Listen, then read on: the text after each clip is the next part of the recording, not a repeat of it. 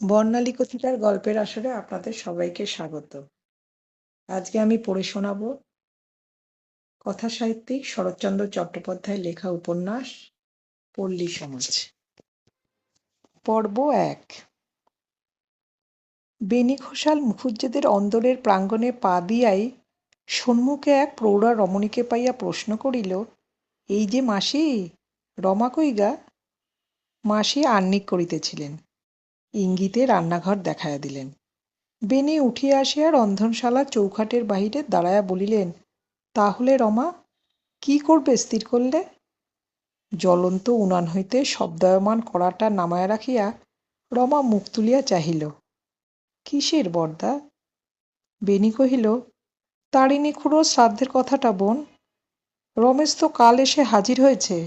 বাপের শ্রাদ্ধ খুব ঘটা করেই করবে বলে বোধ হচ্ছে। যাবে নাকি? রমা দুই চক্ষু বিস্ময়ে বিস্ফোরিত করিয়া বলিল, আমি যাব তারিণী ঘোষালের বাড়ি? বেণী ঈষৎ লজ্জিত হইয়া কহিল, সে তো জানি দিদি, আর যেই হোক তোরা কিছুতেই সেখানে যাবি নে। তবে শুনছি নাকি ছোড়া সমস্ত বাড়ি বাড়ি নিজে গিয়ে বলবে। বজ্জাতি বুদ্ধিতে সে তার বাপেরও ওপরে যায়। যদি আসে তাহলে কি বলবে? রমা সরোষে জবাব দিল, আমি কিছুই বলবো না, বাইরের দারোয়ান তার উত্তর দেবে। পূজানিরতা মাসির কর্ণরন্ধ্রে এই অত্যন্ত রুচিকর দলাদলি আলোচনা পৌঁছিবা মাত্রই তিনি আহ্নিক ফেলিয়া রাখিয়া উঠিয়া আসিলেন। বঞ্ঝির কথা শেষ না হইতেই অত্যুত্তপ্ত খইয়ের মতো ছিটকাইয়া উঠিয়া কহিলেন, দরোয়ান কেন? আমি বলতে জানি নে। নচ্ছার বেটাকে এমনই বলাই বলবো যে বাছাধন জন্মে কখনো আর মুখুজ্জে বাড়িতে মাথা গলাবে না। তারিণী ঘোষালের বেটা ঢুকবে নেমন্তন্ন করতে আমার বাড়িতে? আমি কিছুই ভুলিনি বেণীমাধব। তারিণী তার ছেলের সঙ্গেই আমার রমার বিয়ে দিতে চেয়েছিল। তখনও তো আর আমার যতীন জন্মায়নি। ভেবেছিল যদু মুখুজ্জের সমস্ত বিষয়টা তাহলে মুঠোর মধ্যে আসবে। বুঝলে না বাবা বেণী? তা যখন হলো না তখন ওই ভৈরব আচার্যকে দিয়ে কী সব জপ তপ তুকতাক করিয়ে মায়ের কপালে আমার এমন আগুন ধরিয়ে দিলে যে 6 মাস পেরুলো না, বাছার হাতের নোয়া মাথার সিঁদুর ঘুচে গেল। ছোট জাত হয়ে চাই কিনা যদু মুখুজ্জের মেয়েকে বিয়ে করতে? তেমনি হারামজাদার মরণও হয়েছে। ব্যাটার হাতের আগুনটুকু পর্যন্ত পেল না, ছোট জাতের মুখে আগুন বলিয়া মাসি যেন কুস্তি শেষ করিয়া হাঁপাইতে লাগিলেন। পুনঃ পুনঃ ছোট জাতের উল্লেখে বেণীর মুখ ম্লান হইয়া গিয়াছিল, কারণ তারিণী ঘোষাল তাহারই খুড়া। রমাইয়া লক্ষ্য করিয়া মাসিকে তিরস্কারের কণ্ঠে কহিল, কেন মাসি, তুমি মানুষের জাত নিয়ে কথা কও? জাত তো আর কারুর হাতে করা জিনিস নয়, যে যেখানে জন্মেছে সেই তার ভালো। বেণী লজ্জিতভাবে একটুখানি হাসিয়া কহিল, না রমা, মাসি ঠিক কথাই বলেছেন। তুমি কত বড় কুলীনের মেয়ে, তোমাকে কি আমরা ঘরে আনতে পারি বোন? ছোট খুড়োর একথা মুখে আনাই বেয়াদবি। আর তুকতাকের কথা যদি বলো তো সে সত্যি। দুনিয়ায় ছোট খুড়ো আর তার বেটা ভৈরব আচার্যের অসাধ্য কাজ কিছু নেই। ওই ভৈরব তো হয়েছে আজকাল রমেশের মুরব্বি। মাসি কহিলেন, সে তো জানা কথা বেণী। ছোড়া 10-12 বছর তো দেশে আসেনি, এতদিন ছিল কোথায়? কি করে জানবো মাসি? ছোট খুড়োর সঙ্গে তোমাদেরও যে ভাব, আমাদেরও তাই। শুনছি এতদিন নাকি বোম্বাই না কোথায় ছিল। কেউ বলছে ডাক্তারি পাশ করে এসেছে, কেউ বলছে উকিল হয়ে এসেছে, কেউ বলছে সমস্তই ফাঁকি, ছোড়া নাকি পার মাতাল। যখন বাড়ি এসে পৌঁছল তখন দু চোখ নাকি জবা ফুলের মতো রাঙা ছিল। বটে, তাহলে তাকে তো বাড়িতে ঢুকতে দেওয়াই উচিত নয়। বেণী উৎসাহ ভরে মাথায় একটা ঝাঁকানি দিয়া কহিল, নয়ই তো। হাঁ রমা, তোমার রমেশকে মনে পড়ে? নিজের হতভাগ্যের প্রসঙ্গ উঠিয়া পড়ায় রমা মনে মনে লজ্জা পাইয়াছিল। সলজ্জ মৃদু হাসিয়া কহিল, পড়ে বই কি, সে তো আমার চেয়ে বেশি বড় নয়। তাছাড়া শীতলাতলার পাঠশালে দুজনেই পড়তাম যে। কিন্তু তার মায়ের মরণের কথা আমার খুব মনে পড়ে। খুড়িমা আমাকে বড় ভালোবাসতেন। মাসি আরেকবার নাচিয়া উঠিয়া বলিলেন, তার ভালোবাসার মুখে আগুন। সে ভালোবাসা কেবল নিজের কাজ হাসিল করবার জন্যে। তাদের মতলব ছিল তোকে কোনো মতে হাত করা। বেনি অত্যন্ত বিজ্ঞের মতো সায় দিয়া কহিল, তাতে আর সন্দেহ কি মাসি, ছোট খুড়িমার যে। কিন্তু তাহার বক্তব্য শেষ না হইতেই রমা অপ্রসন্নভাবে মাসিকে বলিয়া উঠিল, সেসব পুরনো কথার দরকার নেই মাসি। রমেশের পিতার সহিত রমার যতই বিবাদ থাক, তাহার জননীর সম্বন্ধে রমার কোথাও একটু যেন প্রচ্ছন্ন বেদনা ছিল। এতদিনেও তাহার সম্পূর্ণ তিরোহিত হয় নাই। বেনি তৎক্ষণাৎ সায় দিয়া বলিলেন, তা বটে, ছোট কুড়ি ভালো মানুষের মেয়ে ছিলেন। মা আজও তার কথা উঠলে চোখের জল ফেলেন। কি কথায় কি কথা আসিয়া পরে দেখিয়া বেনি তৎক্ষণাৎ এ সকল প্রসঙ্গ চাপা দিয়া ফেলিলেন। বলিলেন, তবে এই তো স্থির হলো দিদি, নড়চড় হবে না তো? রমা হাসিল, কহিল, বড়দা, বাবা বলতেন আগুনের শেষ, ঋণের শেষ, আর শত্রুর শেষ কখনো রাখিস নে মা।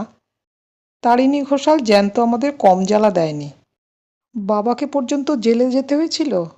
আমি কিছুই ভুলিনি বড়দা, যতদিন বেঁচে থাকবো ভুলব না।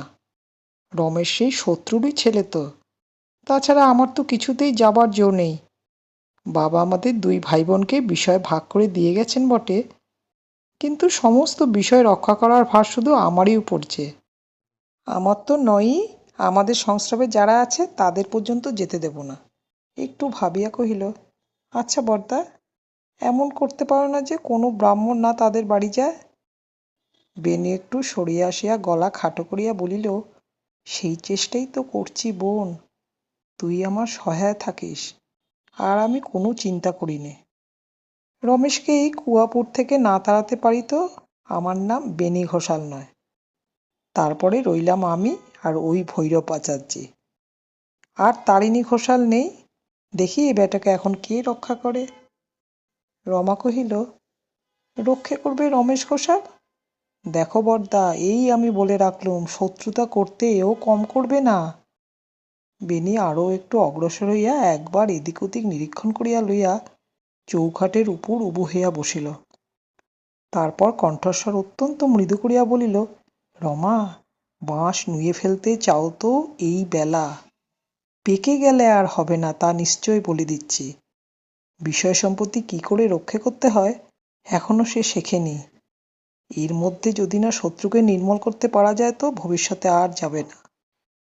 এই কথাটি আমাদের দিবারাত্রি মনে রাখতে হবে যে এ তারিণী ঘোষালেরই ছেলে, আর কেউ নয়। সে আমি বুঝি বড়দা, তুই না বুঝিস কি দিদি? ভগবান তোকে ছেলে করতে করতে মেয়ে করেছিলেন বই তো নয়। বুদ্ধিতে একটা পাকা জমিদারও তোর কাছে হটে যায়, এ কথা আমরা সবাই বলা বলি করি। আচ্ছা, কাল একবার আসবো, আজ বেলা হলো, যাই, বলিয়া বেনি উঠিয়া পড়িল। রমা এই প্রশংসায় অত্যন্ত প্রীত হইয়া উঠিয়া দাঁড়ায়া বিনয় সহকারে কি একটু প্রতিবাদ করিতে গিয়াই তাহার বুকের ভিতর ছ্যাঁত করিয়া উঠিল। প্রাঙ্গণের এক প্রান্ত হইতে অপরিচিত গম্ভীর কণ্ঠের আহ্বান আসিল, রানী, কই রে? রমেশের মা এই নামে ছেলেবেলা তাহাকে ডাকিতেন। সে নিজেই এতদিন তাহা ভুলিয়া গিয়াছিল। বেনির প্রতি চাহিয়া দেখিল তাহার সমস্ত মুখ নীলবর্ণ হইয়া গিয়াছে। পরক্ষণেই রুক্ষ মাথা, খালি পা, উত্তরীয়টা মাথায় জড়ানো, রমেশ আসিয়া দাঁড়াইল। বেনির প্রতি চোখ পড়িবা মাত্র বলিয়া উঠিল, এই যে বড়দা এখানে? বেশ চলুন, আপনি না হলে করবে কে? আমি সারা গা আপনাকে খুঁজে বেড়াচ্ছি। কই, রানী কোথায়? বলিয়াই কপাটের সুমুখে আসিয়া দাঁড়াইল। পালাইবার উপায় নাই, রমা ঘাড় হেঁট করিয়া রহিল। রমেশ মুহূর্তমাত্র তাহার প্রতি দৃষ্টিপাত করিয়া মহা বিস্ময় প্রকাশ করিয়া বলিয়া উঠিল, এই যে, আরে ইস, কত বড় হয়েছিস রে, ভালো আছিস? রমা তেমনি আধমুখে দাঁড়ায় রহিল। হঠাৎ কথা কইতেই পারিল না। কিন্তু রমেশ একটুখানি হাসিয়া তৎক্ষণাৎ কহিল, চিনতে পারছিস রে, আমি তোদের রমেশদা। এখনো রমা মুখ তুলিয়া চাহিতে পারিল না, কিন্তু মৃদুকণ্ঠে প্রশ্ন করিল, আপনি ভালো আছেন? হাঁ ভাই, ভালো আছি। কিন্তু আমাকে আপনি কেন রমা? বেনির দিকে চাহিয়া একটুখানি মলিন হাসি হাসিয়া বলিল, রমা, সেই কথাটা আমি কোনোদিনও ভুলতে পারিনি বরদা। যখন মা মারা গেলেন ও তখন তো খুব ছোট। সেই বয়সেই আমার চোখ মুছিয়ে দিয়ে বলেছিল, রমেশদা, তুমি কেঁদো না, আমার মাকে আমরা দুজনে ভাগ করে নেব। তোর সে কথা বোধ করি মনে পড়ে না রমা? না? আচ্ছা, আমার মাকে মনে পড়ে তো? কথাটা শুনিয়া রমার ঘাড় যেন লজ্জায় আরও ঝুঁকিয়া পড়িল। সে একটিবারও ঘাড় নাড়িয়া জানাইতে পারিল না যে খুড়িমাকে তাহার খুব মনে পড়ে। রমেশ বিশেষ করিয়া রমাকে উদ্দেশ্য করিয়াই বলিতে লাগিল, আর তো সময় নেই, মাঝে শুধু 3টে দিন বাকি। যা করবার করে দাও ভাই, যাকে বলে একান্ত নিরাশ্রয়। আমি তাই হয়েই তোমাদের দোরগোড়ায় এসে দাঁড়িয়েছি। তোমরা না গেলে এতটুকু ব্যবস্থা পর্যন্ত করতে পারছি না। মাসি আসিয়া নিঃশব্দে রমেশের পিছনে দাঁড়াইলেন। বেনি অথবা রমা কেহই যখন একটা কথাও জবাব দিল না, তখন তিনি সুমুখের দিকে সরিয়া আসিয়া রমেশের মুখপানে চাহিয়া বলিলেন, তুমি বাপু তারিণী ঘোষালের ছেলে না? রমেশ এই মাসিটিকে ইতিপূর্বেই দেখে নাই, কারণ সে গ্রাম ত্যাগ করিয়া যাইবার পরে ইনি রমার জননীর অসুখের উপলক্ষে সেই যে মুখুজ্জে বাড়ি ঢুকিয়াছিলেন, আর বাহির হন নাই। রমেশ কিছু বিস্মিত হইয়া তার দিকে চাহিয়া রহিল। মাসি বলিলেন, না হলে এমন বেহা পুরুষ মানুষ আর কে হবে? যেমন বাপ তেমনই বেটা, বলা নেই কওয়া নেই। একটা গেরস্তের বাড়ির ভিতর ঢুকে উৎপাত করতে শরম হয় না তোমার? রমেশ বুদ্ধিভ্রষ্টের মতো কাঠ হইয়া চাহিয়া রহিল। আমি চললুম বলিয়া বেনি ব্যস্ত হইয়া সরিয়া পড়িল। রমা ঘরের ভিতর হইতে বলিল, কি বকছ মাসি, তুমি নিজের কাজে যাও না। মাসি মনে করিলেন তিনি বঞ্জির প্রচ্ছন্ন ইঙ্গিতটা বুঝিলেন, তাই কণ্ঠস্বরে আরও একটু বিষ মিশিয়া কহিলেন, নে রমা, বকিস নে, যে কাজ করতেই হবে তাতে আমার তোমাদের মতো চক্ষু লজ্জা হয় না। বেনির অমন ভয়ে পালানোর কি দরকার ছিল? বলে গেলেই তো হতো, আমরা বাপু তোমার গোমস্তাও নই, খাস তালুকে প্রজাও নই যে তোমার কর্মবাড়িতে জল তুলতে ময়দা মাখতে যাব। তারিণী মরেছে, গা শুদ্ধ লোকের হাড় জুড়িয়েছে, এ কথা আমাদের ওপর বরাত দিয়ে না গিয়ে নিজে ওর মুখের উপর বলে গেলেই তো পুরুষ মানুষের মতো কাজ হতো। রমেশ তখনও নিষ্পন্দ অসাড়ের মতো দাঁড়ায় রহিল। বস্তুতই এ সকল কথা তাহার একান্ত দুঃস্বপ্নেরও অগোচর ছিল। ভিতর হইতে রান্নাঘরে কপাটের শিকলটা ঝনঝন করিয়া নড়িয়া উঠিল, কিন্তু কেহই তাহাতে মনোযোগ করিল না। মাসি রমেশের নির্বাক ও অত্যন্ত পাংশুবর্ণ মুখের প্রতি চাহিয়া পুনরূপী বলিলেন, যাই হোক, বামুনের ছেলেকে আমি চাকর দারোয়ান দিয়ে অপমান করাতে চাই নে। একটু হুঁশ করে কাজ করো বাপু, যাও। কচি খোকাটি নও যে ভদ্রলোকের বাড়ির ভেতর ঢুকে আবদার করে বেড়াবে। তোমার বাড়িতে আমার রমা কখনো পা ধুতেও যেতে পারবে না, এই তোমাকে আমি বলে দিলুম। হঠাৎ রমেশ যেন নিদ্রোত্থিতের মতো জাগিয়া উঠিল, এবং পরক্ষণেই তাহার বিস্তৃত বক্ষের ভিতর হইতে এমনই গম্ভীর একটা নিঃশ্বাস বাহির হইয়া আসিল যে সে নিজেও সেই শব্দে সচকিত হইয়া উঠিল।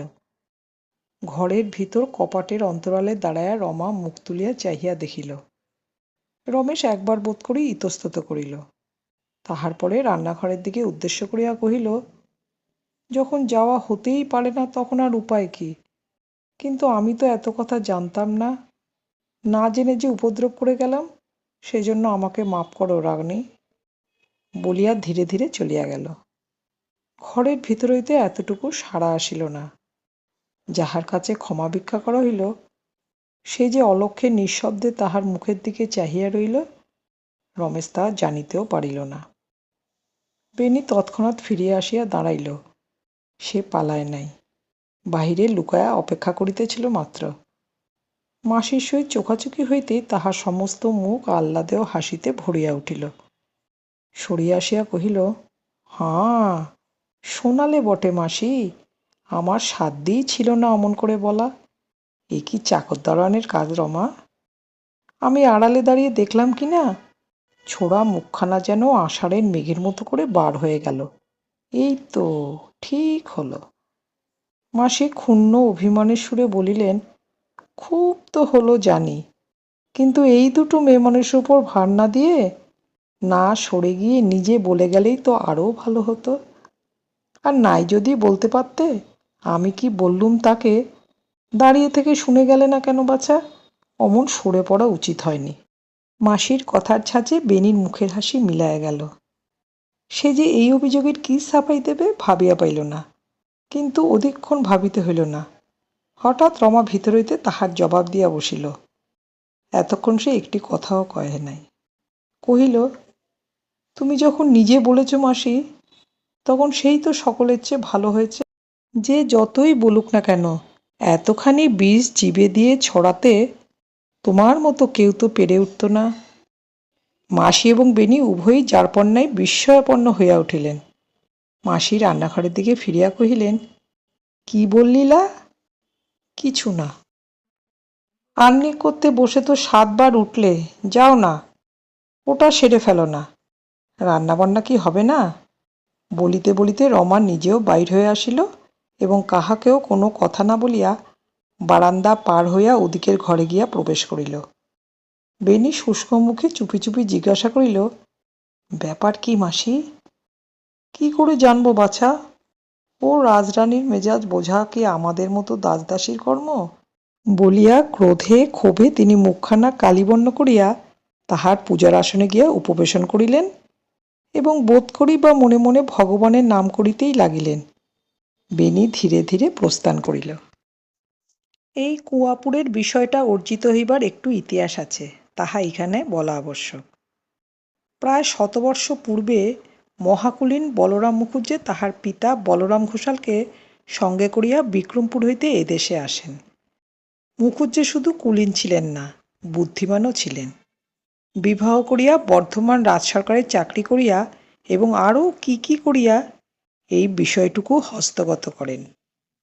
ঘোষালও এই দিকেই বিবাহ করেন, কিন্তু পিতৃঋণ শোধ করা ভিন্ন আর তাহার কোনো ক্ষমতাই ছিল না। তাই দুঃখে কষ্টেই তাহার দিন কাটিতেছিল। এই বিবাহ উপলক্ষেই নাকি দুই মিতার মনোমালিন্য ঘটে। পরিশেষে তাহা এমন বিবাদে পরিণত হয় যে এক গ্রামে বাস করিয়াও 20 বছরের মধ্যে কেহ কাহারও মুখদর্শন করেন নাই।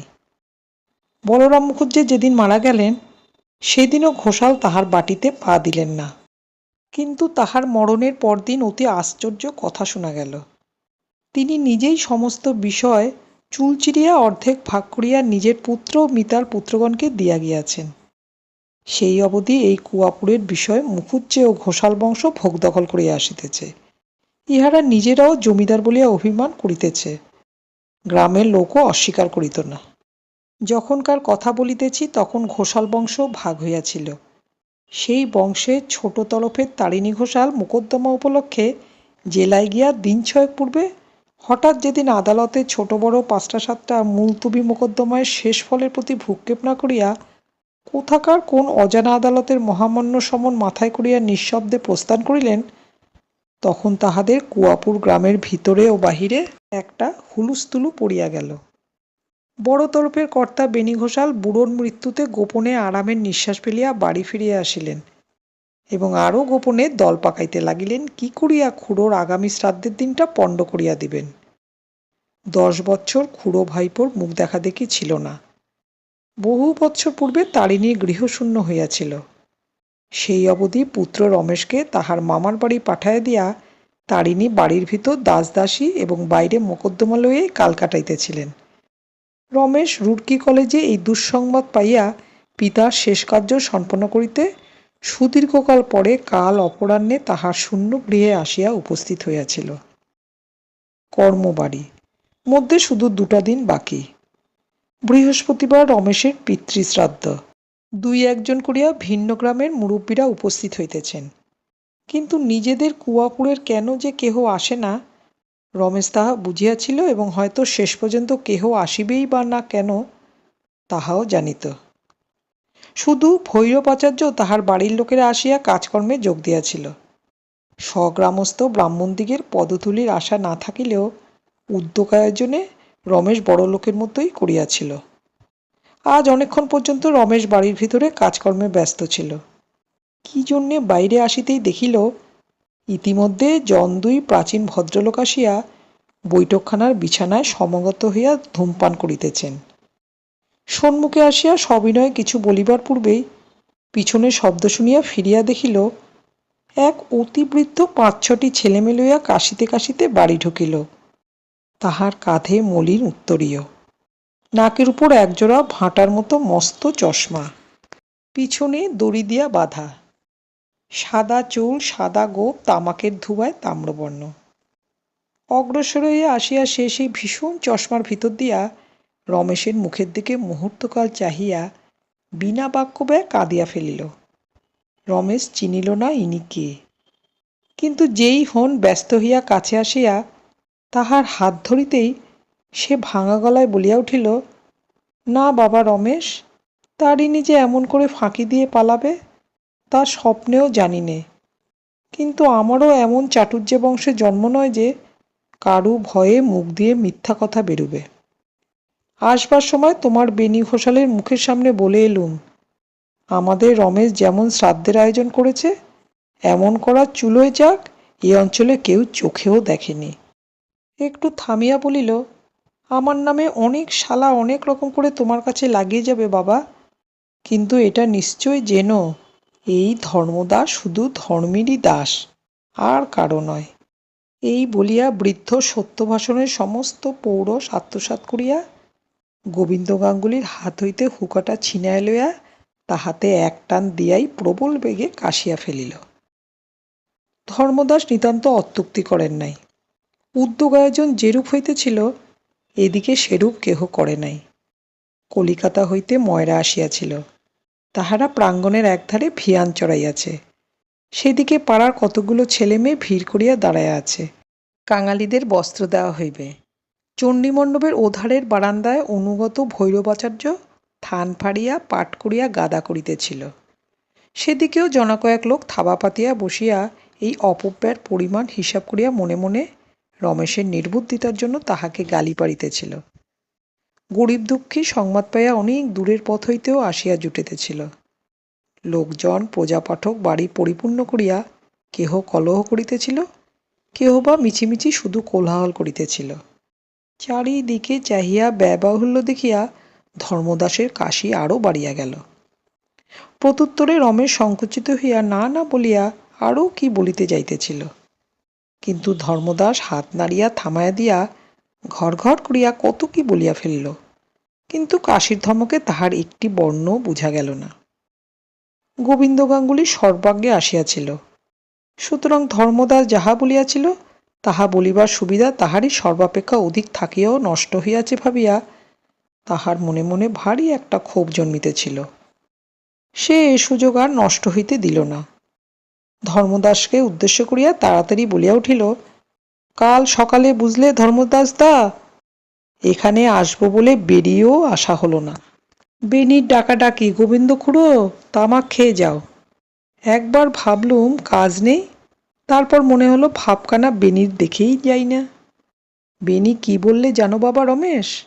বললে, বলি খুড়ো, তোমরা তো রমেশের মুরব্বি হয়ে দাঁড়িয়েছ, কিন্তু জিজ্ঞেস করি লোকজন খাবে ঠাবে তো? আমি বা ছাড়ি কেন? তুমি বড় লোক আছো না আছো, আমার রমেশ কারো চেয়ে খাটো নয়। বললুম, বেনিবাবু এই তো পথ, একবার কাঙালি বিদায়টা দাঁড়িয়ে দেখো। কালকের ছেলে রমেশ, কিন্তু বুকের পাটাও বলি একে। এতটা বয়স হলো এমন আয়োজন কখনো চোখে দেখিনি। কিন্তু তাও বলি ধর্মদাসদা, আমাদের সাধ্যই বাকি। যার কাজ তিনি উপর থেকে করাচ্ছেন। তারিণীদা সাবভ্রষ্ট দিকপাল ছিলেন বই তো নয়। ধর্মদাসের কিছুতেই কাশি থামে না, সে কাশিতেই লাগিল, আর তাহার মুখের সামনে গাঙ্গুলি মশাই বেশ বেশ কথাগুলি অপরিপক্ব তরুণ জমিদারটিকে বলিয়া যাইতে লাগিল। এই দেখিয়া ধর্মদাস আরও ভালো কিছু বলিবার চেষ্টায় যেন আকুলি বিকুলি করিতে লাগিল। গাঙ্গুলি বলিতে লাগিল, তুমি তো আমার পর নও বাবা, নিতান্ত আপনার। তোমার মা যে আমার একেবারে সাক্ষাৎ পিস্তুত বোনের খুড়তুতো ভগিনী।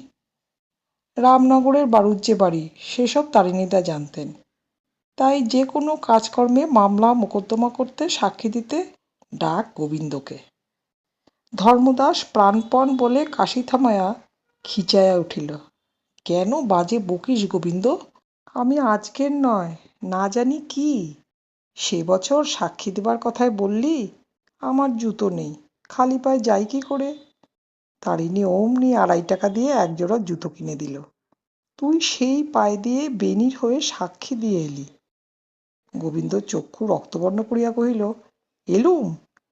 এলি নে? তোর মিথ্যাবাদী! মিথ্যাবাদী তোর বাবা! গোবিন্দ তাহার ভাঙা ছাতি হাতে করিয়া লাফাইয়া উঠিল। তবে রে শালা! ধর্মদাস তাহার বাঁশের লাঠি উঁচাইয়া হুঙ্কার দিয়াই প্রচণ্ডভাবে কাশিয়া ফেলিল। রমেশ শশব্যস্তে উভয়ের মাঝখানে আসিয়া পড়িয়া স্তম্ভিত হইয়া গেল। ধর্মদাস লাঠি নামাইয়া কাশিতে কাশিতে বসিয়া পড়িয়া বলিল, ও শালার সম্পর্কে আমি বড় ভাই হই কিনা তাই শালার আক্কেল দেখো। ও শালা আমার বড় ভাই বলিয়া গোবিন্দ গাঙ্গুলিও ছাতি গুটাইয়া বসিয়া পড়িল। শহরের ময়রারা ভিয়ান ছাড়িয়া চাহিয়া রহিল। চতুর্দিকে যাহারা কাজকর্মে নিযুক্ত ছিল চেঁচামেচি শুনিয়া তাহারা তামাশা দেখিবার জন্য সম্মুখে ছুটিয়া আসিল। ছেলেমেয়েরা খেলা পেলিয়া হাঁ করিয়া মজা দেখিতে লাগিল এবং এই সমস্ত লোকের দৃষ্টির সম্মুখে রমেশ লজ্জায় বিস্ময়ে হতবুদ্ধির মতো স্তব্ধ হইয়া দাঁড়াইয়া রহিল। তাহার মুখ দিয়া একটা কথাও বাহির হইল না। কি এ?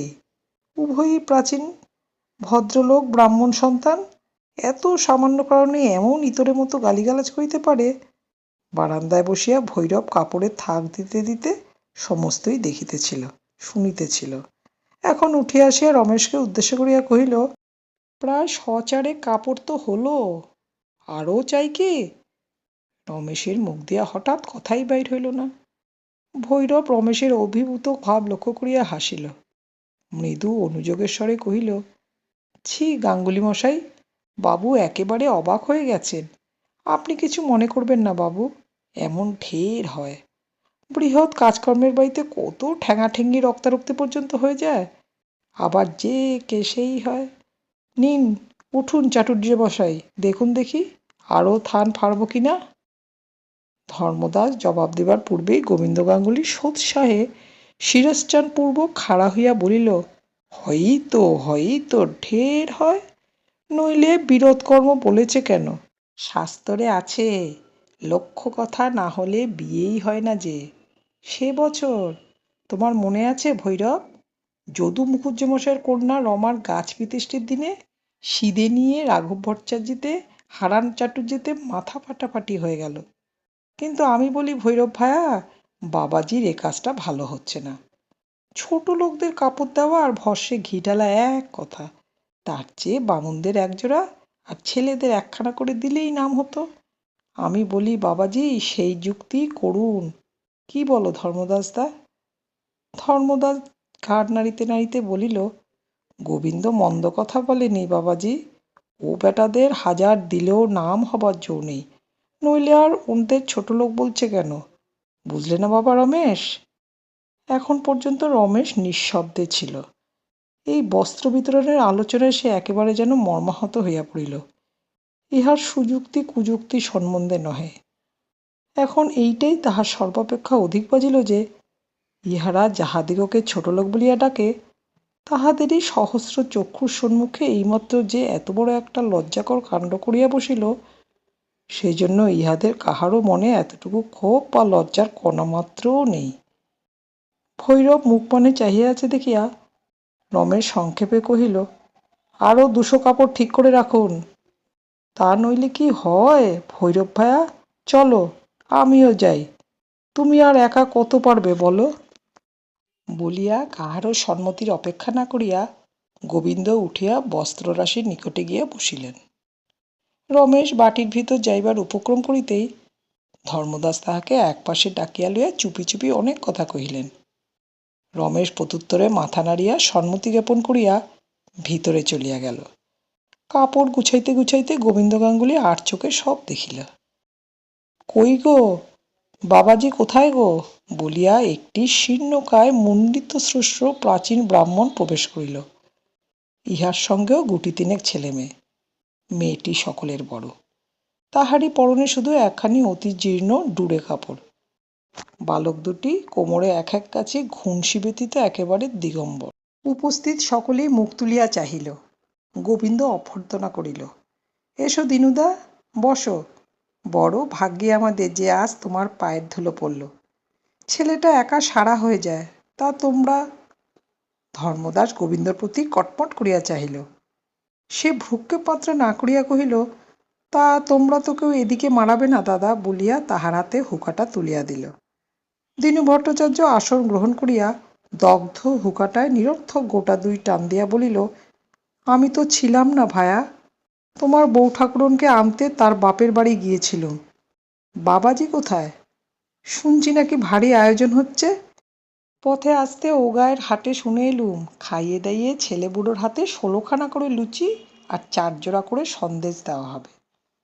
গোবিন্দ গলা খাটো করিয়া কহিল, তাছাড়া হয়তো 1খানা করে কাপড়ও।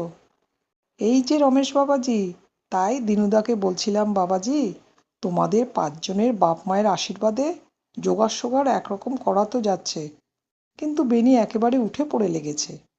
এই আমার কাছেই দুবার লোক পাঠিয়েছে, তা আমার কথা না হয় ছেড়েই দিলে। রমেশের সঙ্গে আমার যেন নারীর টান রয়েছে, কিন্তু এই যে দিনুদা ধর্মদাসদা, এরাই কি বাবা তোমাকে ফেলতে পারবেন? দিনুদা তো পথ থেকে শুনতে পেয়ে ছুটে আসছেন, ওরে ও ষষ্ঠীচরণ, তামাক দে না রে। বাবা রমেশ, একবার এদিকে এসো দেখি, একটা কথা বলে নি। নিভৃতে ডাকিয়া লইয়া গোবিন্দ ফিসফিস করিয়া জিজ্ঞাসা করিল, ভিতরে বুঝি ধর্মদাস গিন্নি এসেছে? খবরদার, খবরদার, অমন কাজটি করো না বাবা। বিটলে বামুন যতই ফোসলাক, ধর্মদাস গিন্নির হাতে ভাঁড়ারের চাবি ঠাবি দিও না বাবা, কিছুতে দিও না। ঘি, ময়দা, তেল, নুন অর্ধেক সরিয়ে ফেলবে। তোমার ভাবনা কি বাবা? আমি গিয়ে তোমার মামিকে পাঠিয়ে দেব, সে এসে ভাঁড়ারের ভার নেবে, তোমার এক গাছি কুটো পর্যন্ত লোকসান হবে না। রমেশ ঘাড় নাড়িয়া যে আজ্ঞা বলিয়া মৌন হইয়া রহিল। তাহার বিস্ময়ের অবধি নাই। ধর্মদাস যে তাহার গৃহিণীকে ভাঁড়ারের ভার লইবার জন্য পাঠাইয়া দিবার কথা এত গোপনে কহিয়াছিল, গোবিন্দ ঠিক তাহাই আন্দাজ করিয়াছিল কিরূপে। উলঙ্গ শিশু দুটা ছুটিয়া আসিয়া দিনুদার কাঁধের উপর ঝুলিয়া পড়িল। বাবা, সন্দেশ খাব। দিনু একবার রমেশের প্রতি একবার গোবিন্দর প্রতি চাহিয়া কহিল, সন্দেশ কোথায় পাব রে? কেন? ওই যে হচ্ছে, বলিয়া তাহারা ওদিকের ময়রাদের দেখাইয়া দিল। আমরাও দাদামশাই বলিয়া নাকে কাঁদিতে কাঁদিতে আরও 3-4টি ছেলেমেয়ে ছুটিয়া আসিয়া বৃদ্ধ ধর্মদাসকে ঘিরিয়া ধরিল। বেশ তো, বেশ তো, বলিয়া রমেশ ব্যস্ত হইয়া অগ্রসর হইয়া আসিল। ও আচার্যি মশাই, বিকেলবেলায় ছেলেরা সব বাড়ি থেকে বেরিয়েছে, খেয়ে তো আসেনি। ওহে, ও, কি নাম তোমার? নিয়ে এসো তো ওই থালাটা এদিকে। ময়রা সন্দেশের থালা লইয়া আসিবা মাত্র ছেলেরা উপর হইয়া পড়িল। বাটিয়া দিবার অবকাশ দেয় না, এমনই ব্যস্ত করিয়া তুলিল। ছেলেদের খাওয়া দেখিতে দেখিতে দীননাথের শুষ্ক দৃষ্টি সজল ও তীব্র হইয়া উঠিল। ওরে ও খেঁদি, খাচ্ছিস তো? সন্দেশ হয়েছে কেমন বল দেখি। বেশ বাবা, বলিয়া খেদি চিবাইতে লাগিল। দিনু মৃদু হাসিয়া ঘাড় নাড়িয়া বলিল, হাঁ, তোদের আবার পছন্দ, মিষ্টি হলেই হলো। হাঁ, হে কারিগর, এ কড়াটা কেমন নামালে? কি বলো গোবিন্দ ভায়া, এখনো একটু রোদ আছে বলে মনে হচ্ছে না? ময়রা কোনো দিকে না চাইয়ে তৎক্ষণাৎ কহিল, আজ্ঞে আছে বই কি, এখনো ঢের বেলা আছে। তবে কই দাও দেখি একটা গোবিন্দ ভায়াকে, চেখে দেখু কেমন কলকাতার কারিগর তোমরা। না না, আমাকে আবার কেন? তবে আধখানা, আধখানার বেশি নয়। ওরে ষষ্ঠীচরণ, একটু জল আন দেখি বাবা, হাতটা ধুয়ে ফেলি। রমেশ ডাকিয়া বলিয়া দিল, অমনি বাড়ির ভিতর থেকে গোটা 4 থালাও নিয়ে আসিস ষষ্ঠীচরণ। প্রভুর আদেশ মতন ভিতর হইতে গোটা 3 রেখাবি ও জলের গিলাস আসিল, এবং দেখিতে দেখিতে এই বৃহৎ থালার অর্ধেক মিষ্টান্ন এই 3 প্রাচীন ম্যালেরিয়াক্লিষ্ট সদ্ব্রাহ্মণের জলযোগে নিঃশেষিত হইয়া গেল। হাঁ, কলকাতার কারিগর বটে। কি বলো ধর্মদাসদা, বলিয়া দীননাথ রুদ্ধ নিঃশ্বাস ত্যাগ করিল। ধর্মদাসদা তখনও শেষ হয় নাই, এবং যদিচ তাহার অব্যক্ত কণ্ঠস্বর সন্দেশে তালভেদ করিয়া সহজে মুখ দিয়া বাহির হইতে পারিল না, তথাপি বোঝা গেল এ বিষয়ে তাহার মতভেদ নাই। হাঁ, ওস্তাদি হাত বটে বলিয়া গোবিন্দ সকলের শেষে হাত ধুইবার উপক্রম করিতেই ময়রা সবিনয়ে অনুরোধ করিল, যদি কষ্টই করলেন ঠাকুরমশাই, তবে মিহিদানাটা একটু পরখ করে দিন। মিহিদানা কই, আনো দেখি বাপু। মিহিদানা আসিল, এবং এতগুলি সন্দেশের পর এই নতুন বস্তুটির সদ্ব্যবহার দেখিয়া রমেশ নিঃশব্দে চাহিয়া রহিল। দীননাথ মেয়ের প্রতি হস্ত প্রসারিত করিয়া কহিল, ওরে ও খেদি, ধর দিকি মা এই দুটো মিহিদানা। আমি আর খেতে পারবো না বাবা। পারবি পারবি, এক ঢোক জল খেয়ে গলাটা ভিজিয়ে নে দেখি। মুখ মেরে গেছে বই তো নয়। না পারিস আঁচলে একটা গেরো দিয়ে রাখ, কাল সকালে খাস। হাঁ বাপু, খাওয়ালে বটে যেন অমৃত। তা বেশ হয়েছে। মিষ্টি বুঝি দুরকম করলে বাবাজি? রমেশকে বলিতে হইল না। ময়রা সোৎসাহে কহিল, আজ্ঞে না, রসগোল্লা, ক্ষীরমোহন। ক্ষীরমোহন কই, সে তো বার করলে না বাপু। বিস্মিত রমেশের মুখের পানে চাহিয়া দীননাথ কহিল, খেয়েছিলুম বটে রাধানগরের বসেদের বাড়িতে, আজও যেন মুখে লেগে রয়েছে। বললে বিশ্বাস করবে না বাবাজি, ক্ষীরমোহন খেতে আমি বড্ড ভালোবাসি। রমেশ হাসিয়া একটুখানি ঘাড় নাড়িল। কথাটা বিশ্বাস করা তাহার কাছে অত্যন্ত কঠিন বলিয়া মনে হইল না। রাখাল কি কাজে বাইরে যাইতেছিল?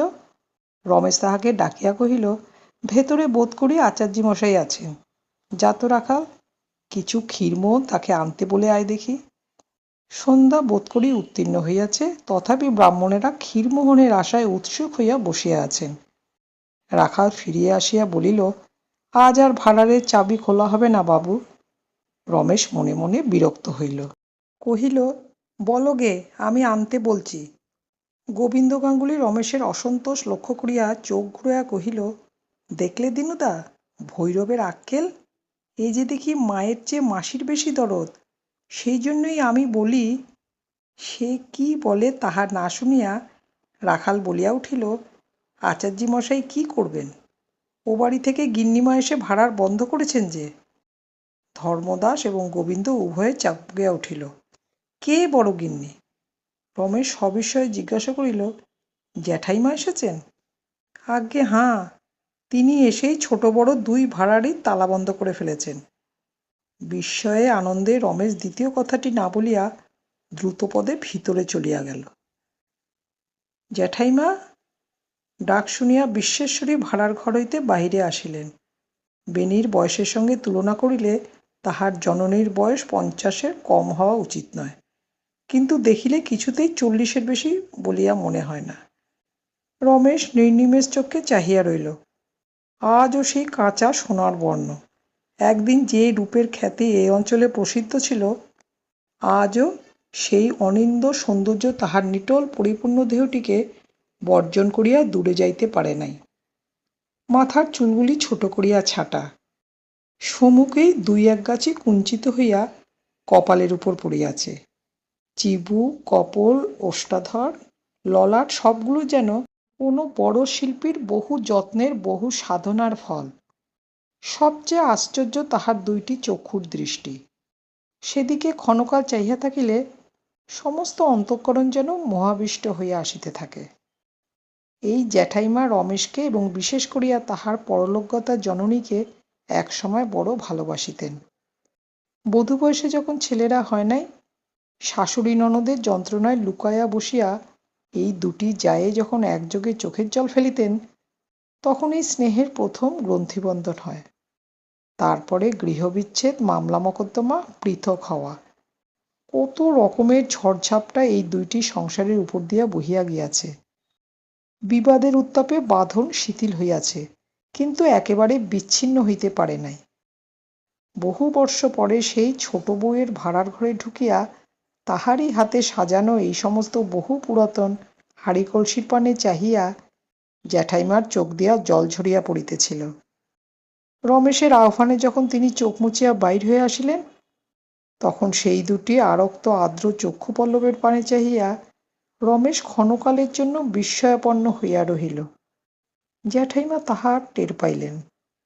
তাহাতেই বোধ করি এই সদ্য পিতৃহীন রমেশের প্রতি দৃষ্টিপাত করিতেই তাহার বুকের ভিতরটা যেভাবে হাহাকার করিয়া উঠিল, তাহার লেশমাত্র তিনি বাহিরে প্রকাশ পাইতে দিলেন না।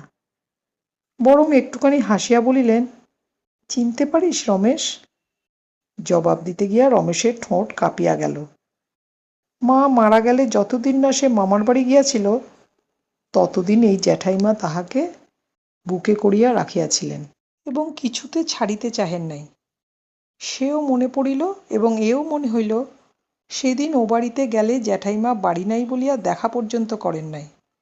তারপর রমাদের বাড়িতে বেনির সাক্ষাতে এবং অসাক্ষাতে তাহার মাসি নিরতিশয়ী কঠিন তিরস্কারে সে নিশ্চয়ই বুঝিয়া আসিয়াছিল, এই গ্রামে আপনার বলিতে তাহার আর কেহ নাই।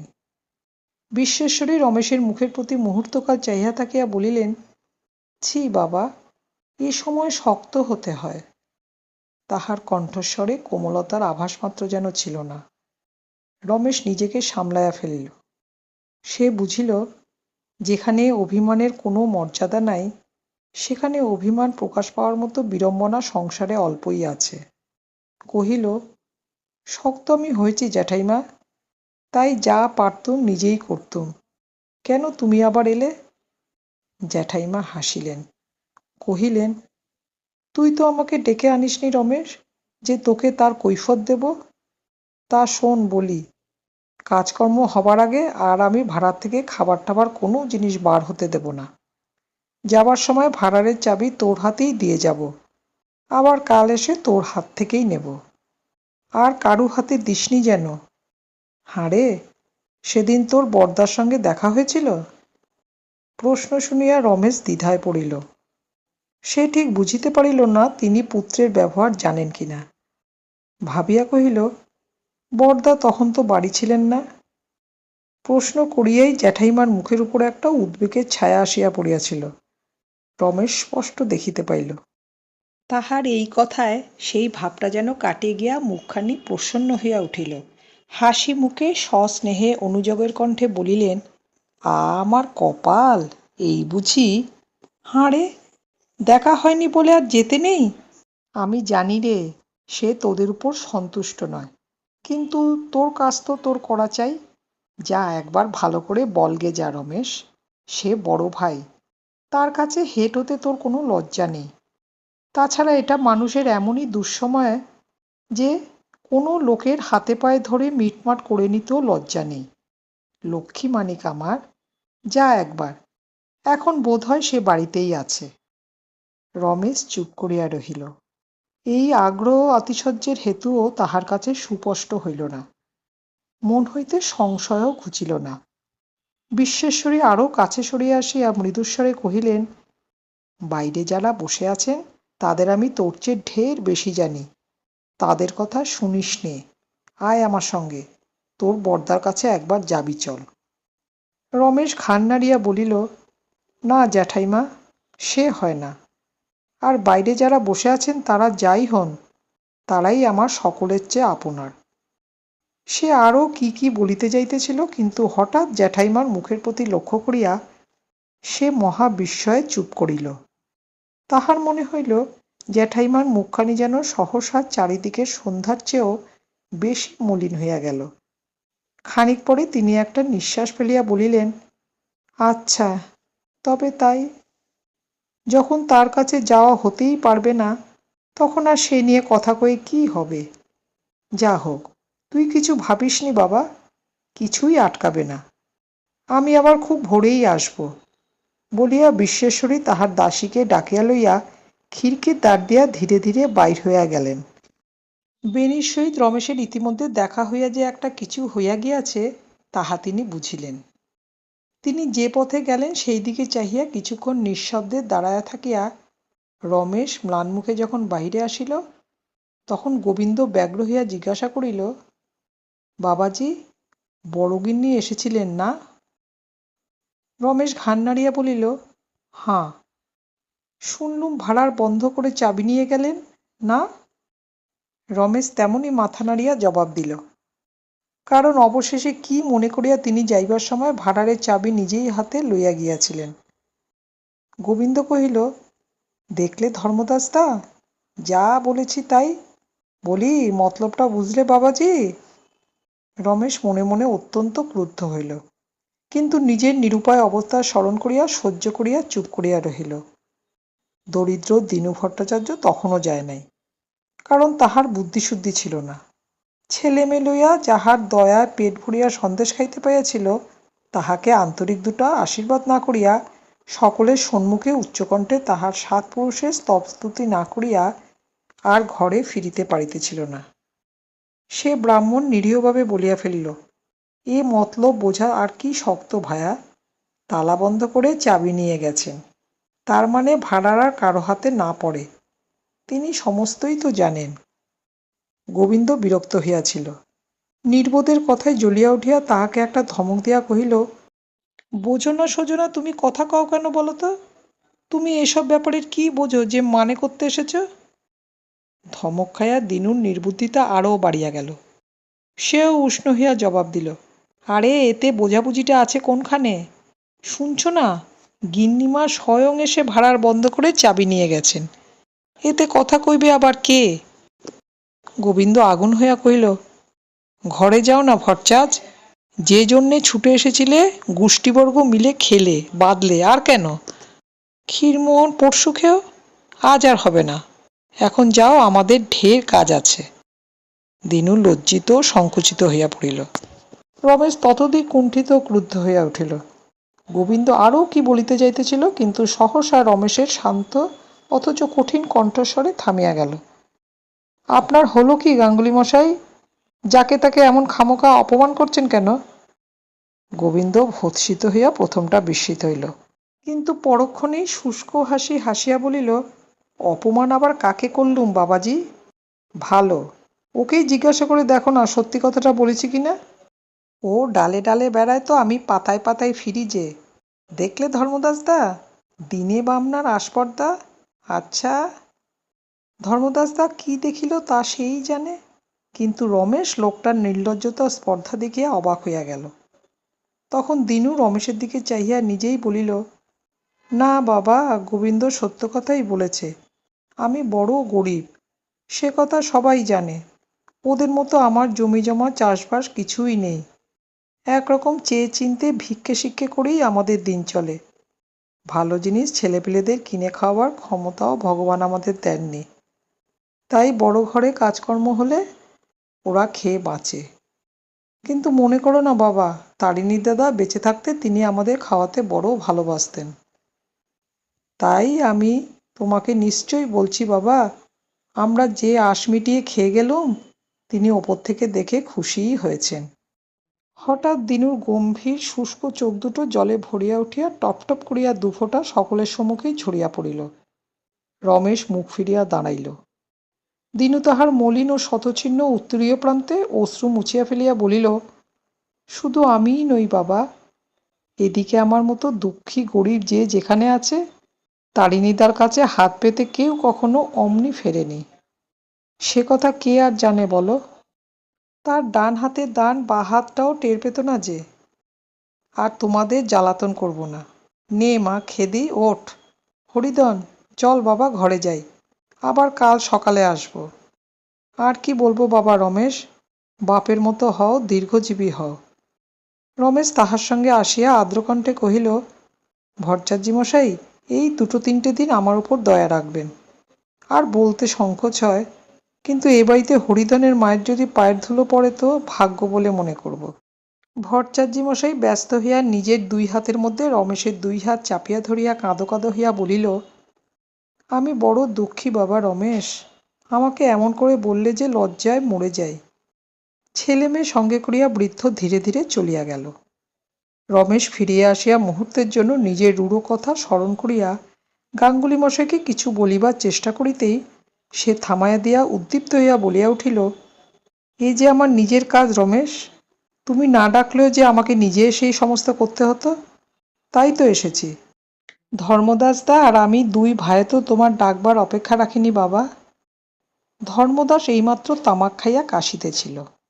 লাঠিতে ভর দিয়া দাঁড়াইয়া কাশির ধমকে চোখ মুখ রাঙা করিয়া হাত ঘুরাইয়া বলিল, বলি শোনো রমেশ, আমরা বেণী ঘোষাল নই, আমাদের জন্মের ঠিক আছে। তাহার কুৎসিত কথায় রমেশ চমকিয়া উঠিল, কিন্তু রাগ করিল না। এই অত্যল্প সময়ের মধ্যেই সে বুঝিয়াছিল ইহারা শিক্ষা ও অভ্যাসার দোষে অসংকোচে কত বড় গর্হিত কথা যে উচ্চারণ করে তাহাও জানে না। জ্যাঠাইমার সস্নেহ অনুরোধে এবং তাহার ব্যথিত মুখ মনে করিয়া রমেশ ভিতরে ভিতরে পীড়া অনুভব করিতেছিল। সকলে প্রস্থান করিলে সে বরদার কাছে যাইবার জন্য প্রস্তুত হইল। বেণীর চণ্ডীমণ্ডপের বাহিরে আসিয়া যখন উপস্থিত হইল, তখন রাত্রি ৮টা। ভিতরে যেন একটা লড়াই চলিতেছে। গোবিন্দ গাঙ্গুলির হাক হাটিকাই সবচেয়ে বেশি। বাহির হইতেই তাহার কানে গেল।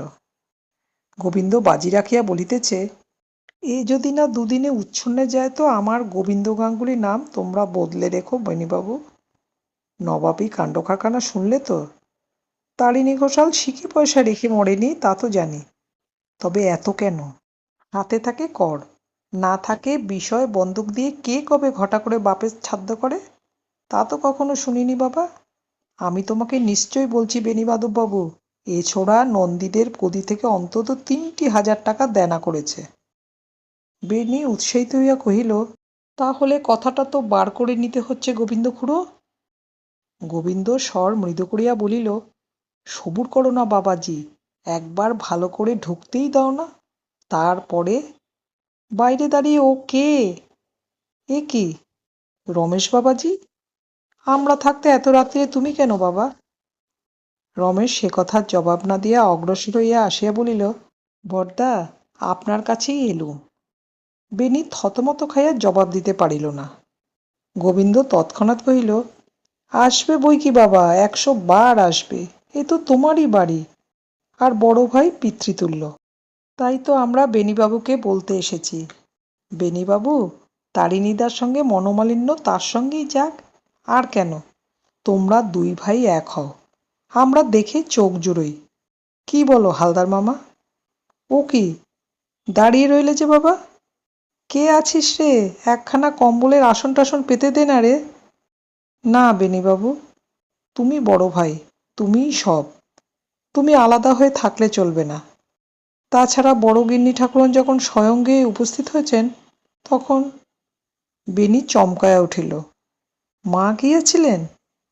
এই চমকটা লক্ষ্য করিয়া গোবিন্দ মনে মনে খুশি হইল, কিন্তু বাইরে সে ভাব গোপন করিয়া নিতান্ত ভালো মানুষের মতো খবরটা ফলাও করিয়া বলিতে লাগিল, শুধু যাওয়া কেন, ভাড়ার ঠালার করা কর্ম যা কিছু তিনিই তো করছেন, আর তিনি না করলে করবেই বা কে? সকলেই চুপ করিয়া রহিল। গোবিন্দ একটা দীর্ঘ নিঃশ্বাস ফেলিয়া কহিল, না, গাঁয়ের মধ্যে বড় গিন্নি ঠাকুরনের মতো মানুষ কি আর আছে? না হবে কেন? না বেণীবাবু, সামনে বললে খোসামত করা হবে, কিন্তু যে যাই বলুক, গায়ে যদি লক্ষ্মী থাকেন তো সে তোমার মা। এমন মা কি কারু হয়? বলিয়া পুনশ্চ একটা দীর্ঘ নিঃশ্বাস ত্যাগ করিয়া গম্ভীর হইয়া রহিলেন। বেণী অনেকক্ষণ চুপ করিয়া থাকিয়া অস্ফুটে কহিলেন, আচ্ছা। গোবিন্দ চাপিয়া ধরিল, শুধু আচ্ছা নয় বেণীবাবু, যেতে হবে, করতে হবে, সমস্ত ভার তোমার উপরে। ভালো কথা, সবাই আপনারাও তো উপস্থিত আছেন, নেমন্তন্নটা কীরকম করে করা হবে একটা ফর্দ করে ফেলা হোক না কেন? কি বলো রমেশ বাবাজি, ঠিক কথা কিনা? হালদার মামা, ধর্মদাসদা, চুপ করে রইলে কেন? কাকে বলতে হবে, কাকে বাদ দিতে হবে জানো তো সব? রমেশ উঠিয়া দাঁড়াইয়া সহজ বিনীত কণ্ঠে বলিল, বরদা, একবার পায়ের ধুলো যদি দিতে পারেন। বেণী গম্ভীর হইয়া কহিল, মা যখন গেছেন তখন আমার যাওয়া না যাওয়া? কি বলো গোবিন্দ খুড়ো? গোবিন্দ কথা কইবার পূর্বেই রমেশ বলিল, আপনাকে আমি পীড়াপিড়ি করতে চাই নে বরদা, যদি অসুবিধা না হয় একবার দেখে শুনে আসবেন। বেণী চুপ করিয়া রহিল। গোবিন্দ কি একটা বলিবার চেষ্টা করিতেই রমেশ উঠিয়া চলিয়া গেল। তখন গোবিন্দ বাইরের দিকে গলা বাড়াইয়া দেখিয়া ফিসফিস করিয়া বলিল, দেখলে বেণীবাবু, কথার ভাবখানা? বেণী অন্যমনস্ক হইয়া কি ভাবিতেছিল কথা কহিল না। পথে চলিতে চলিতে গোবিন্দর কথাগুলো মনে করিয়া রমেশের সমস্ত মন ঘৃণায় পরিপূর্ণ হইয়া উঠিল। সে অর্ধেক পথ হইতে ফিরিয়া আসিয়া সেই রাত্রেই আবার বেণী ঘোষালের বাড়ির ভিতরে প্রবেশ করিল। চণ্ডীমণ্ডপের মধ্যে তখন তর্ক কোলাহল উদ্দাম হইয়া উঠিয়াছিল, কিন্তু সে শুনিতেও তাহার প্রবৃত্ত হইল না। সোজা ভিতরে প্রবেশ করিয়া রমেশ ডাকিল, জ্যাঠাইমা। জ্যাঠাইমা তাহার ঘরের সম্মুখের বারান্দায় অন্ধকারে চুপ করিয়া বসিয়াছিলেন। এত রাত্রে রমেশের গলা শুনিয়া বিস্ময়াপন্ন হইলেন। রমেশ, কেন রে? রমেশ উঠিয়া আসিল। জ্যাঠাইমা ব্যস্ত হইয়া বলিলেন, একটু দাঁড়া বাবা, একটা আলো আনতে বলে দিই। আলোয় কাজ নেই জ্যাঠাইমা, তুমি উঠো না, বলিয়া রমেশ অন্ধকারেই এক পাশে বসিয়া পড়িল। তখন জ্যাঠাইমা প্রশ্ন করিলেন, এত রাত্রিরে যে? রমেশ মৃদুকণ্ঠে কহিল, এখনো তো নিমন্ত্রণ করা হয়নি জ্যাঠাইমা, তাই তোমাকে জিজ্ঞেস করতে এলুম। তবে মুশকিলে ফেললি বাবা, এরা কি বলেন গোবিন্দ গাঙ্গুলি চাটুর্যে মশাই? রমেশ বাধা দিয়া বলিয়া উঠিল, জানি নে জ্যাঠাইমা, কি এরা বলেন জানতেও চাইনে, তুমি যা বলবে তাই হবে। অকস্মাৎ রমেশের কথার উত্তাপে বিশ্বেশ্বরী মনে মনে বিস্মিত হইয়া ক্ষণকাল মৌন থাকিয়া বলিলেন, কিন্তু তখন যে বললি রমেশ এরাই তো সবচেয়ে আপনার। তা যাই হোক, আমার মেয়ে মানুষের কথায় কি হবে বাবা? এই গায়ে যে আবার, আর এই গায়েই কেন বলি, সব গায়েই। এ ওর সঙ্গে খায় না, ও তার সঙ্গে কথা কয় না, একটা কাজকর্ম পড়ে গেলে আর মানুষের দুর্ভাবনার অন্ত থাকে না। কাকে বাদ দিয়ে কাকে রাখা যায়, এর চেয়ে শক্ত কাজ আর গ্রামের মধ্যে নেই। রমেশ বিশেষ আশ্চর্য হইল না, কারণ এই কয়দিনের মধ্যে সে অনেক জ্ঞান লাভ করিয়াছিল। তথাপি জিজ্ঞাসা করিল, কেন এরকম হয় জ্যাঠাইমা? অনেক কথা বাবা, যদি থাকি সেখানে আপনি সব জানতে পারবি। কারুর সত্যকার দোষ অপরাধ আছে, কারুর মিথ্যে অপবাদ আছে। তাছাড়া মামলা মোকদ্দমা, মিথ্যে সাক্ষী দেওয়া নিয়েও মস্ত দলাদলি। আমি যদি তোর ওখানে দুদিন আগে যেতুম রমেশ, তাহলে এত উদ্যোগ আয়োজন কিছুতে করতে দিতুম না। কি যে সেদিন হবে তাই কেবল আমি ভাবছি, বলিয়া জ্যাঠাইমা একটা নিঃশ্বাস ফেলিলেন। সে নিঃশ্বাসে যে কি ছিল তাহার ঠিক মর্মটি রমেশ ধরিতে পারিল না, এবং কাহারও সত্যকার অপরাধী বা কি, এবং কাহারও মিথ্যা অপবাদী বা কি হইতে পারে তাহাও ঠাউর করিতে পারিল না। বরঞ্চ উত্তেজিত হইয়া কহিল, কিন্তু আমার সঙ্গে তো তার কোনো যোগ নেই, আমি একরকম বিদেশি বললেই হয়, কারোর সঙ্গে কোনো শত্রুতা নেই। তাই আমি বলি জ্যাঠাইমা, আমি দলাদলির কোনো বিচারই করব না, সমস্ত ব্রাহ্মণ শূদ্রই নিমন্ত্রণ করে আসব। তোমার হুকুম ছাড়া তো পারি নে, তুমি হুকুম দাও জ্যাঠাইমা। জ্যাঠাইমা কিছুক্ষণ চুপ করিয়া ভাবিয়া বলিলেন, এইরকম হুকুম তো দিতে পারি নে রমেশ, তাতে ভারী গোলযোগ ঘটবে। তবে তোর কথাও যে সত্যি নয় তাও আমি বলি নে, কিন্তু এর ঠিক সত্যি মিথ্যের কথা নয় বাবা। সমাজ যাকে শাস্তি দিয়ে আলাদা করে রেখেছে তাকে জবরদস্তি করে ডেকে আনা যায় না। সমাজ যাই হোক, তাকে মান্য করতেই হবে, নইলে তার ভালো করবার মন্দ করবার কোনো শক্তিই থাকে না। এরকম হলে তো কোনো মতে চলতে পারে না রমেশ। ভাবিয়া দেখিলে রমেশ এ কথা যে অস্বীকার করিতে পারিত তাহার নহে, কিন্তু এইমাত্র নাকি বাইরে এই সমাজের শীর্ষস্থানীয়দের ষড়যন্ত্র এবং নিচাশয়তা তাহার বুকের মধ্যে আগুনের শিখার মতো জ্বলিতেছিল। তাই সে তৎক্ষণাৎ ঘৃণা ভরে বলিয়া উঠিল, এ গাঁয়ের সমাজ বলতে ধর্মদাস গোবিন্দ এরা তো? এমন সমাজের এক বিন্দু ক্ষমতা না থাকে সেই তো ঢের ভালো জ্যাঠাইমা। জ্যাঠাইমা রমেশের উষ্ণতা লক্ষ্য করিয়া কহিলেন, কিন্তু শান্ত কণ্ঠে বলিলেন, শুধু এরা নয় রমেশ, তোমার বড়দা বেনিও সমাজের একজন কর্তা। রমেশ চুপ করিয়া রহিল। তিনি পুনরূপী বলিলেন, তাই আমি বলি এদের মত নিয়ে কাজ করো গে রমেশ, সবেমাত্র বাড়িতে পা দিয়ে এদের বিরুদ্ধতা করা ভালো নয়। বিশ্বেশ্বরী কতটা দূর চিন্তা করিয়া যে এরূপ উপদেশ দিলেন, তীব্র উত্তেজনার মুখে রমেশ তাহা ভাবিয়া দেখিল না। কহিল, তুমি নিজে এইমাত্র বললে জ্যাঠাইমা, নানান কারণে এখানে দলাদলি সৃষ্টি হয়। বোধ করি ব্যক্তিগত আক্রোশটাই সবচেয়ে বেশি। তাছাড়া আমি যখন সত্যি মিথ্যে কারো দোষ অপরাধের কথাই জানি নে, তখন কোনো লোককেই বাদ দিয়ে অপমান করা আমার পক্ষে অন্যায়। জ্যাঠাইমা একটুখানি হাসিয়া বলিলেন, ওরে পাগলা, আমি তোর গুরুজন, মায়ের মতো, আমার কথাটা না শোনাও তো তোর পক্ষে অন্যায়। কি করব জ্যাঠাইমা, আমি স্থির করেছি আমি সকলকেই নিমন্ত্রণ করব। তাহার দৃঢ় সংকল্প দেখিয়া বিশ্বেশ্বরীর মুখ অপ্রসন্ন হইল। বোধ করিবা মনে মনে বিরক্ত হইলেন। বলিলেন, তাহলে আমার হুকুম নিতে আসাটা তোমার শুধু একটা ছলনা মাত্র। জ্যাঠাইমার বিরক্তি রমেশ লক্ষ্য করিল, কিন্তু বিচলিত হইল না।